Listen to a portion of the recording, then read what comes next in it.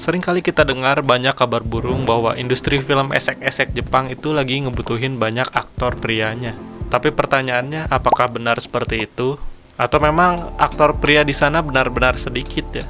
Hari ini kita akan bahas dari banyaknya aktris wanita Jepang di bidang film dewasanya, tapi tidak berbanding dengan aktor prianya. Baiklah, selamat datang para penanda di episode Benarkah Industri AV Jepang butuh banyak aktor pria?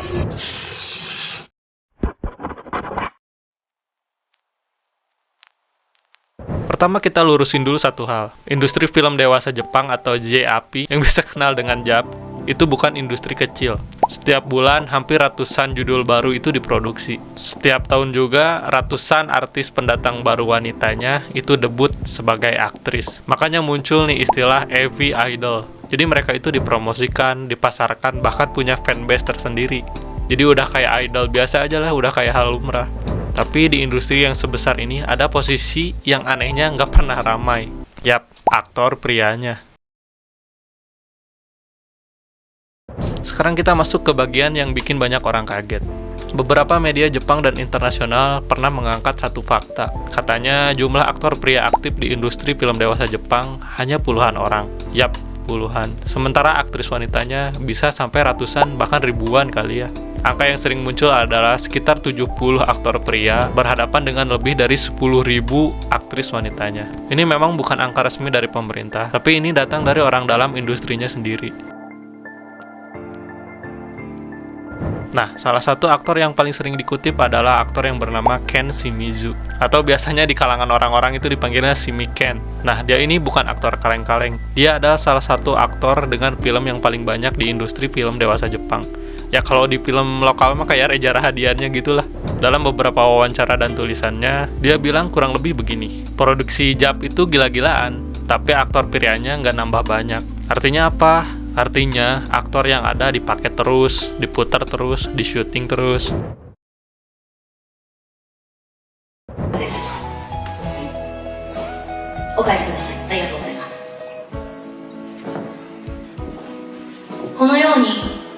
AV の現場は決して甘いものではなくて、皆さんが思っている以上に厳しい現場です。そういう中で本当にチンチンが立てられるのか、これはすごく大事なことです。そしてまずチンチンを立てるよりも先に大事なことがあります。Nah, sekarang pertanyaan yang paling penting. Biasanya kan jika suatu industri yang besar, kemungkinan orang yang mendaftar pun akan besar. Logikanya kalau industrinya besar, pasti duitnya juga besar dong. Tapi kenapa aktor prianya nggak nambah banyak? Yang pertama, pekerjaannya nggak segampang kelihatannya. Banyak orang mikir, gampang lah tinggal datang terus lalu pulang. Realitanya nggak sesimpel itu bro. Jadwalnya panjang, terus tekanan performa. Harus profesional di kondisi yang nggak selalu ideal. Ya, you know what I mean. Dan ini ya bukan kerjaan yang kalau misalnya capek dilanjut besok aja, nggak bisa. Harus selesai hari itu juga. 途中で終わっちゃったりとかするんですよ。仕事の場でもあります。ああいうたちまちや。そんなんあるんですか？そう、立つで待ってる。たちまちですよね。そう、たち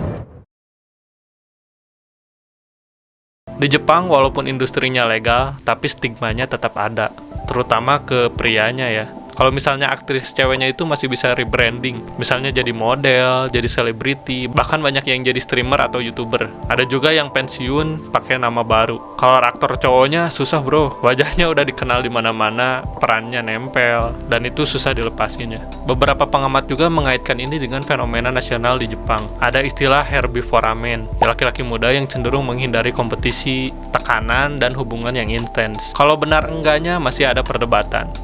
Tapi satu hal yang jelas, minat laki-laki Jepang untuk masuk ke industri ini tidak sebesar permintaannya. Karena aktor prianya dikit, efeknya jadi kerasa kemana-mana. Satu aktor bisa syuting terus-menerus dalam beberapa minggu. Ya ibarat kata digilir lah. Makanya kalau misalnya kamu nyadar, kok yang mainnya dia lagi gitu. Bahkan ada beberapa studio yang mencari aktor dari luar Jepang. Tapi ini juga nggak mudah sih, soalnya ada kendala bahasa, budaya, dan juga ada preferensi penonton. Ya ibarat kata kasarnya lo nganggur, lo pengen jadi aktor JAP, nggak semudah itu bro.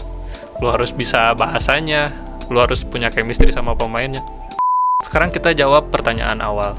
apakah benar aktor pria di film dewasa Jepang itu sedikit? Jawabannya ya memang relatif sedikit. Ya bukan karena nggak ada pria di Jepang, tapi karena tekanan kerja, stigma sosial, dan realita industri yang nggak semua orang siap menghadapinya. Ya namanya dunia kerja ya, kadang yang kelihatannya gampang, belum tentu itu semudah yang orang pikirkan.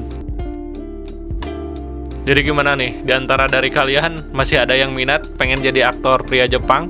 Ya oke teman-teman, segini dulu video kita kali ini. Kalau kalian suka atau punya ide pembahasan lain, boleh di komen ya. Oke, jangan lupa subscribe.